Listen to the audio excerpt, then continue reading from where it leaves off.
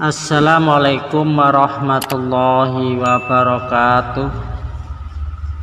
Para sahabat yang dimuliakan oleh Allah, semoga kesehatan, keselamatan, perlindungan Allah, rezeki yang berlimpah ruah, umur panjang yang barokah senantiasa dilimpahkan oleh Allah kepada kita sekalian. Amin, amin, ya robbal alamin. Para sahabat yang dimuliakan oleh Allah, iblis dulunya adalah ahli ibadah yang tidak pernah membangkang dan mengeluh terhadap perintah-perintah Allah. Iblis pernah bersujud kepada Allah selama 1000 tahun lamanya, dan dia sangat giat dalam beribadah kepada Allah. Dia bahkan pernah menjadi sayyidul malaikat, penghulu atau pemimpin para malaikat dalam beribadah, dan khazinul jannah, bendahara surga. Saking rajinnya dia beribadah kepada Allah, saking dekatnya dia kepada Allah.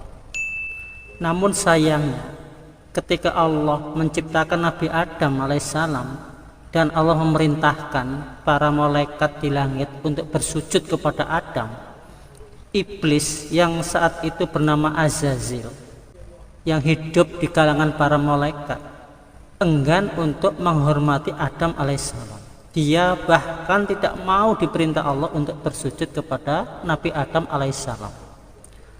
Jadi sebagaimana diketahui bahwa iblis ini asalnya dulu adalah kaum jin, bangsa jin yang dirawat, diramut, dididik oleh malaikat Jibril di langit.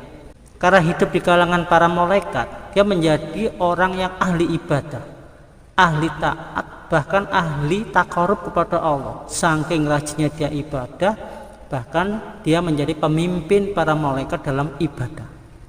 Dan karena dia tinggal di langit, meskipun dia bukan kalangan malaikat, tapi karena tinggal di dalam kalangan malaikat di langit, maka dia pun seharusnya ikut bersujud kepada Nabi Adam sebagaimana yang diperintahkan oleh Allah. Tapi iblis membangkang perintah Allah karena kesombongannya, karena kecongkaannya. Di surat Al-A'raf ayat 12 Allah berfirman, apakah yang menghalangimu sehingga kamu tidak bersujud kepada Adam ketika aku menyuruhmu? Iblis menjawab, aku lebih baik daripada dia. Engkau ciptakan aku dari api, sedangkan dia engkau ciptakan dari tanah. Jadi karena kesombongan iblis inilah kemudian Allah marah dan mengutuk iblis. Hal ini dulu bernama Azazil, dikutuk oleh Allah dan dinamai menjadi iblis, makhluk yang terkutuk. Sesungguhnya yang menjadi orang itu mulia atau tidak bukan karena dari asalnya, ciptaannya bukan, dibuat dari apa dia itu bukan. Yang disebut orang itu mulia oleh Allah karena yang paling bertakwa kepada Allah. Sebagaimana di surat Al-Hujurat ayat 13 Allah berfirman, wahai manusia, sungguh kami telah menciptakan kamu dari seorang laki-laki dan seorang perempuan. Kemudian kami jadikan kamu berbangsa dan bersuku-suku agar kamu saling mengenal. Sesungguhnya yang paling mulia di antara kalian di sisi Allah adalah orang yang paling bertakwa. Sungguh Allah Maha mengetahui, Maha teliti. Jadi yang membedakan orang itu orang mulia atau tidak adalah dari segi takwanya, bukan dari asal mula seseorang. Kalau orang itu bertakwa, maka dia orang yang mulia. Takwa ini berarti takut kepada Allah. Diperintah Allah apa saja dia harus mentaati.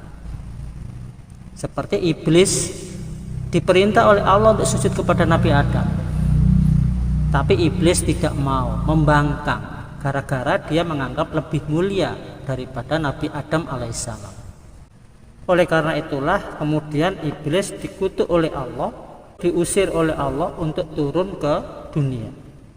Sejak itulah iblis, meskipun dulunya dia ahli ibadah bernama Azazil, bahkan ibadahnya itu sampai-sampai mengalahkan para malaikat yang lain, sehingga dia dijuluki sebagai pemimpin malaikat, pemimpin ibadah. Saking rajinnya dia ibadah kepada Allah, tapi karena sifatnya yang sombong, yang congkak, tidak mau taat kepada Allah, tidak mau bertakwa kepada Allah, tidak mau sujud kepada Nabi Adam, maka dia disebut sebagai makhluk Allah yang terlaknat, dikutuk Allah sebagai iblis. Padahal iblis dulunya adalah ahli ibadah yang tidak pernah membangkang dan mengeluh terhadap perintah-perintah Allah.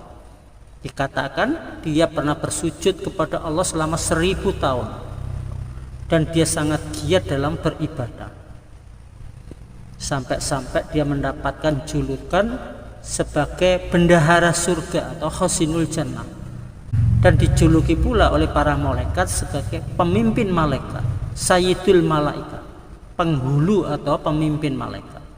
Saking rajinnya dia beribadah kepada Allah. Hanya gara-gara kesombongannya lah sehingga membuat dia harus dikutuk, diusir oleh Allah dari surga dan menjadi makhluk terlaknat yang nantinya akan masuk ke dalam neraka selama-lamanya. Insya Allah itu yang bisa kami sampaikan. Semoga bermanfaat. Wassalamualaikum warahmatullahi wabarakatuh.